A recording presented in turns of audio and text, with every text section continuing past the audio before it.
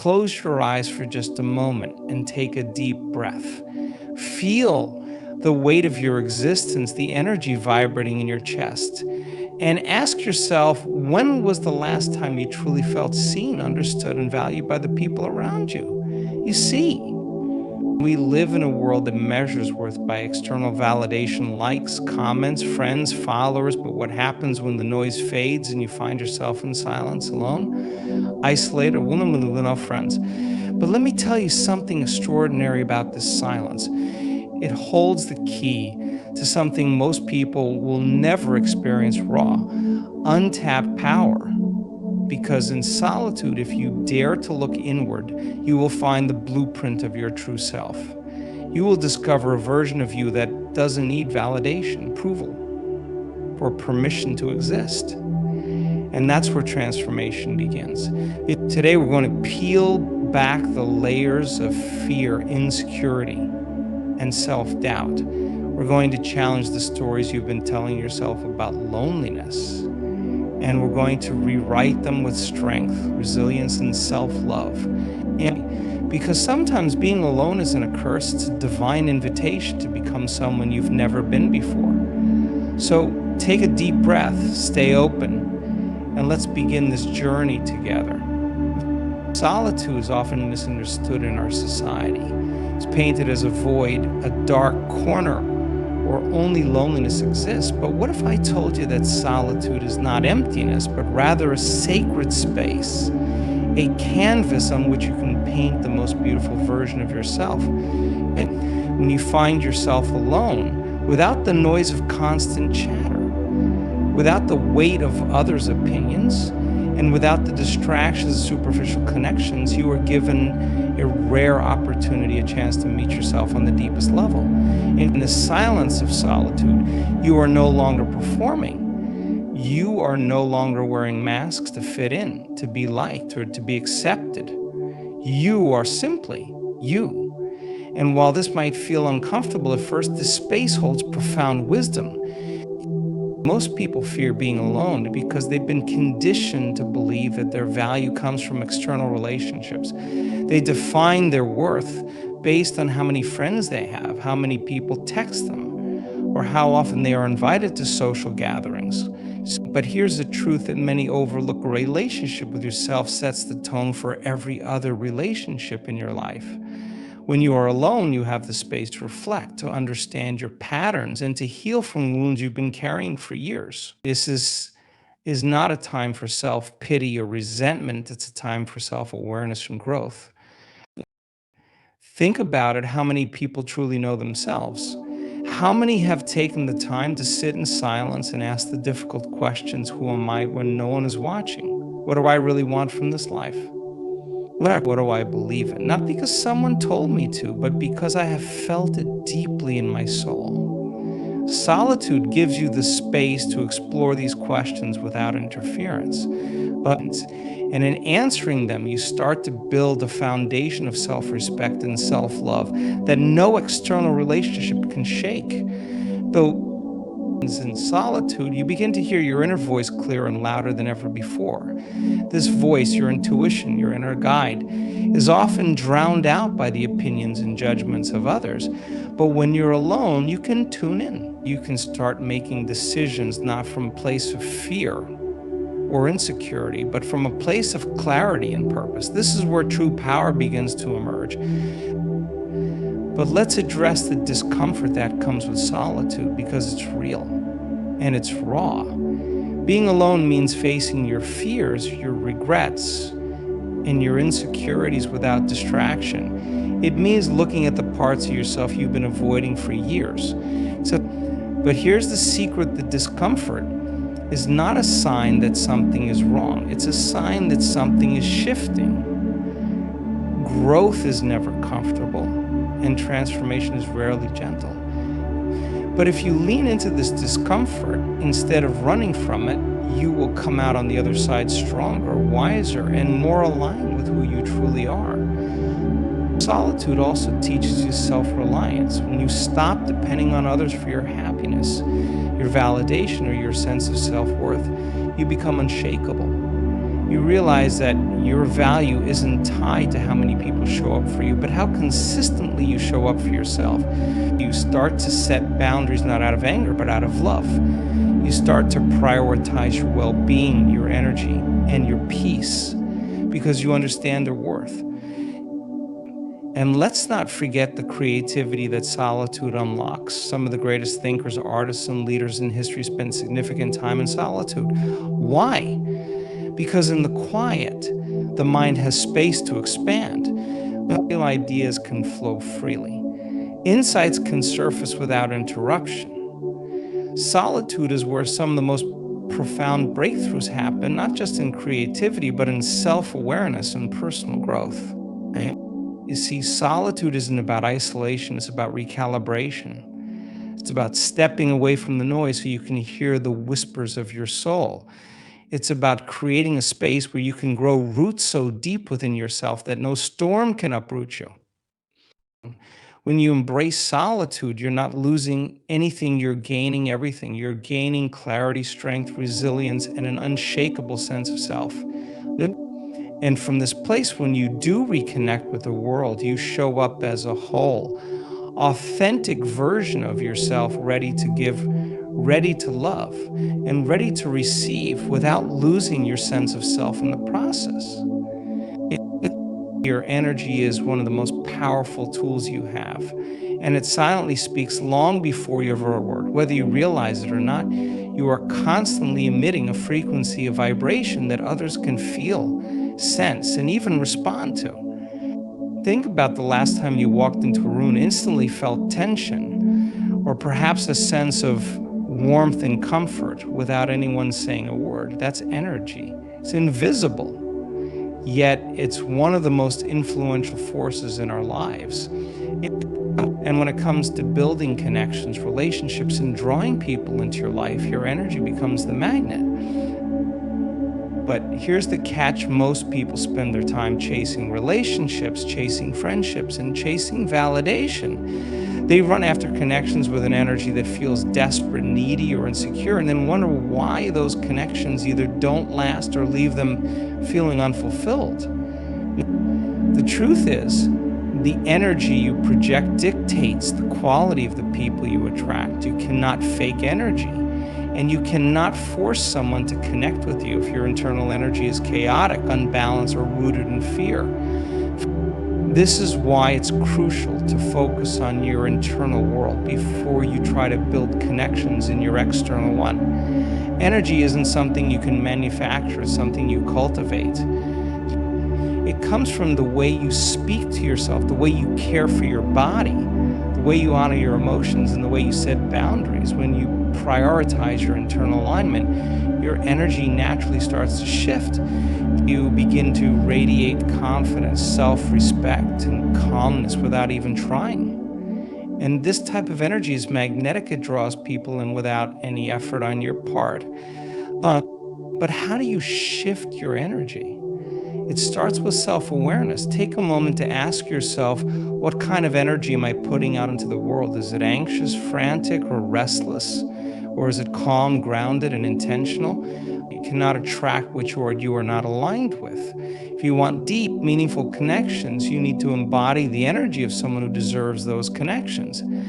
That means showing up authentically, speaking your truth, and not shrinking yourself to fit into spaces where you don't belong. Another critical aspect of your energy is learning to let go of the need for approval. When your worth depends on how others see you, your energy becomes inconsistent. One day you might feel confident and radiant, but the next you're doubting yourself because someone didn't text back or didn't acknowledge your efforts. This inconsistency sends mixed signals into the world, and it creates unstable connections. But when your self-worth is rooted in your internal sense of value, your energy becomes steady, reliable, and powerful. It's also important to protect your energy. Not everyone deserves access to your time, your emotions, your mind. Think of your energy like a currency. You only have so much of it to spend each day. Where are you investing it? Are you pouring it into people who uplift you, or are you draining it in relationships that leave you feeling empty and undervalued? Learning to protect your energies and self-respect. There's a phenomenon that happens when you start focusing on your internal energy. People notice they might not be able to put their finger on it, but they sense that something is different about you. They sense your calmness, your confidence, and your peace. And this energy speaks louder than words. You won't need to explain yourself, convince anyone of your worth, or chase after validation. Your energy will do the talking for you. This doesn't mean you'll suddenly attract everyone, nor does it mean every connection will be perfect. But what it does mean is that you will start to attract people who align with your frequency. You'll notice that shallow connections fade away, and in their place, deeper, more meaningful relationships start to grow. This happens because energy attracts like energy. When you embody self-love, respect, and confidence, you naturally draw people who reflect those same qualities. But remember, energy is not stagnant. It requires constant nurturing. Just like you can't go to the gym once and expect to stay fit forever, you can't work on your energy once and expect permanent results. This is a daily practice. It's about checking in with yourself regularly, addressing your thoughts, healing old wounds, and staying committed to your own growth. When you shift your focus from chasing people to aligning your energy, you'll realize that you no longer need to beg for attention, approval, or love. You'll see that the right people, those who truly value and respect you, will naturally find their way into your life. And this isn't because you forced it or manipulated it. It's because your energy created a space where those connections could thrive. You become the magnet and the world responds. One of the most powerful realizations a person can have is understanding the importance of setting boundaries. Boundaries are not walls, they are bridges to healthier relationships, clearer communication, and self-respect. And yet, so many women struggle with setting and maintaining boundaries because they fear rejection, being perceived as difficult, or disappointing others. This fear often comes from deeply rooted societal conditioning where women are subtly or sometimes overtly taught to be accommodating, agreeable, and self-sacrificing. But without boundaries, relationships become imbalanced, personal energy is depleted, and self-worth begins to erode. Boundaries start with self-awareness. You must first recognize where your limits are and honor them internally before you can communicate them externally. For example, ask yourself, what are the things that make me feel drained, uncomfortable, or disrespected? Which behaviors from others do I tend to tolerate, even though they cross my emotional or physical limits? Without self-reflection, it's easy to slip into patterns of people-pleasing, saying yes when you want to say no, and accepting behavior that doesn't align with your values. The first step in setting boundaries is understanding that your needs are valid. You have a right to say no. You have a right to step back. You have a right to prioritize your well-being without guilt. Boundaries are not about controlling others. They are about taking responsibility for yourself. They are a clear statement of where your responsibility ends and someone else's begins. Many women carry the weight of other people's emotions, reactions, and problems, believing it's their duty to fix everything. But this mindset leads to emotional exhaustion and resentment because you're pouring from an empty cup. Communicating boundaries can feel uncomfortable at first, especially if you're not used to doing it. But discomfort is often a sign of growth. When you start expressing your needs, you might notice some resistance from others, especially from people who benefited from your lack of boundaries in the past. They may guilt trip you, call you selfish, or act distant. This reaction is not a reflection of your worth, it's a reflection of their inability to respect your limits. And that's okay. Boundaries are not about making other people comfortable, they're about protecting your peace. Another critical aspect of boundaries is consistency. Setting boundaries once isn't enough, you have to uphold them repeatedly. If someone crosses a boundary you've communicated, it's your responsibility to reinforce it. This doesn't mean you need to react with anger or defensiveness. Instead, respond with calmness and clarity. For example, if you've told someone that certain topics are off limits in conversation and they continue to bring them up, you can calmly remind them of your boundary and, if necessary, step away from the interaction. Boundaries are not just about saying no to others, they're also about saying yes to yourself. Every time you honor your boundaries, you're sending a powerful message to yourself: I am worthy of respect. That my needs matter over time. This builds self trust and confidence because you start to see that you can rely on yourself to protect your emotional and mental well being. It's also essential to understand that boundaries are not rigid, they can evolve. As you grow, heal, and change, your boundaries might shift too. What felt acceptable a year ago might not feel acceptable now. This is a natural part of personal growth, and it's okay to reassess and adjust your boundaries as needed.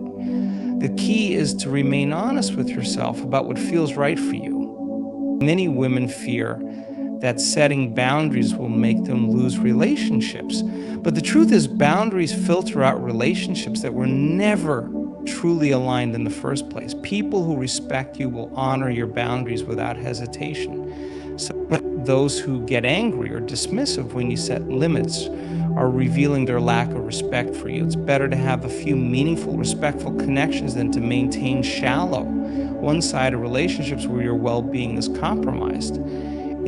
Another layer of boundaries involves self-talk and internal boundaries. Sometimes the harshest boundary violations come from within, from the way we speak to ourselves, criticize ourselves, or push ourselves beyond our limits. You must learn to set boundaries with your inner critic. Challenge the voice that tells you you're being selfish, unkind, or overly sensitive when you assert your needs. Speak to yourself with compassion and remind yourself that boundaries are an act of self-love, not self-sabotage. So boundaries also create space for deeper connections. When you communicate your limits with confidence and clarity, you allow others to see the real you.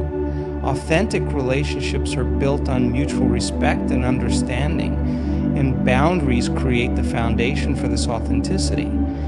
They prevent misunderstandings, reduce resentment, and ensure that both parties feel safe and valued in the relationship. Lastly, boundaries are not about perfection. You will have moments where you let things slide or feel guilty for asserting yourself, and that's okay. What matters is that you remain committed to the practice of honoring your limits. Every time you reinforce a boundary, you are reinforcing your self-worth.